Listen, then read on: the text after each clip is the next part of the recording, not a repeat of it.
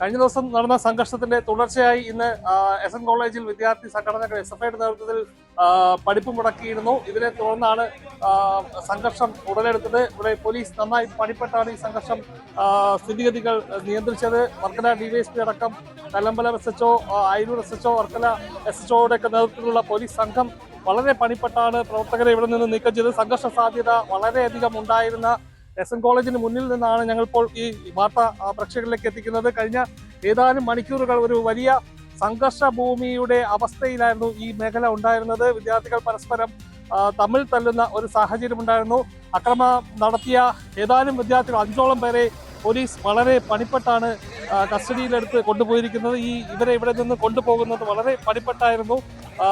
ഇപ്പോഴും KCUവിന്റെ പ്രവർത്തകർ കോളേജിനുള്ളിൽ തുടരുന്നതായാണ് ലഭിക്കുന്ന വിവരം. ഇവർ പുറത്തേക്ക് വന്ന് ഏതെങ്കിലും സാഹചര്യത്തിൽ പുറത്തേക്ക് വന്നാൽ ഇവരെ ആക്രമിക്കാൻ സാധ്യത ഉണ്ട് എന്നുള്ളത് കൊണ്ട് തന്നെ പോലീസ് ഇവിടെ നിലയുറപ്പിക്കുകയാണ്. ഏകദേശം 5ഓളം പോലീസ് സ്റ്റേഷനുകളിൽ നിന്ന് പോലീസ് ഉദ്യോഗസ്ഥർ ഇവിടെ എത്തി സ്ഥിതിഗതികൾ നിയന്ത്രിക്കാനുള്ള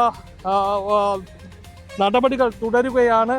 അതേസമയം KCUവിന്റെ സംഘടനാ പ്രവർത്തകരൊക്കെ ഇപ്പോഴും ഈ കോളേജ് ക്യാമ്പസിനുള്ളിൽ തന്നെ തുടരുകയാണ്. അവർ ഏതെങ്കിലും സാഹചര്യത്തിൽ പുറത്തേക്ക് വന്നാൽ അക്രമം നടക്കാൻ സാധ്യതയുള്ളതായി മുൻകൂട്ടി കണ്ട് പോലീസ് ഇവിടെ നിലയുറപ്പിച്ചിരിക്കുകയാണ്.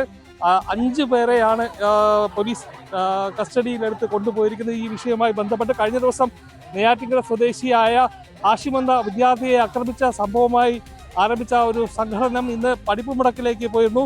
SFI പ്രവർത്തകരായ ഹാഷിമിനെ, ഫസ്റ്റ് ഇയർ എക്കണോമിക്സ് വിദ്യാർത്ഥിയാണ് ഹാഷിം എന്നാണ് അറിയാൻ കഴിയുന്നത്. KCU സംഘം ചേർന്ന് ഇദ്ദേഹത്തെ ആക്രമിക്കുകയും SFIയുടെ വനിതാ പ്രവർത്തകയെ അസഭ്യം പറയുകയും കയ്യേറ്റം ചെയ്യാൻ ശ്രമിച്ചു എന്നുള്ള ഒരു ആരോപണം നിലനിൽക്കുന്നുണ്ട്.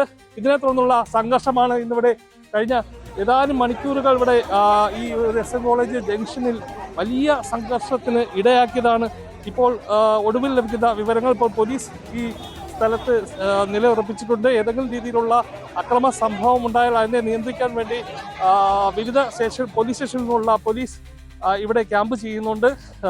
KCUവിന്റെ പ്രവർത്തകർ ഇപ്പോഴും കോളേജിനുള്ളിൽ തന്നെ തുടരുന്നതായാണ് ഇപ്പോൾ ലഭിക്കുന്ന വിവരം.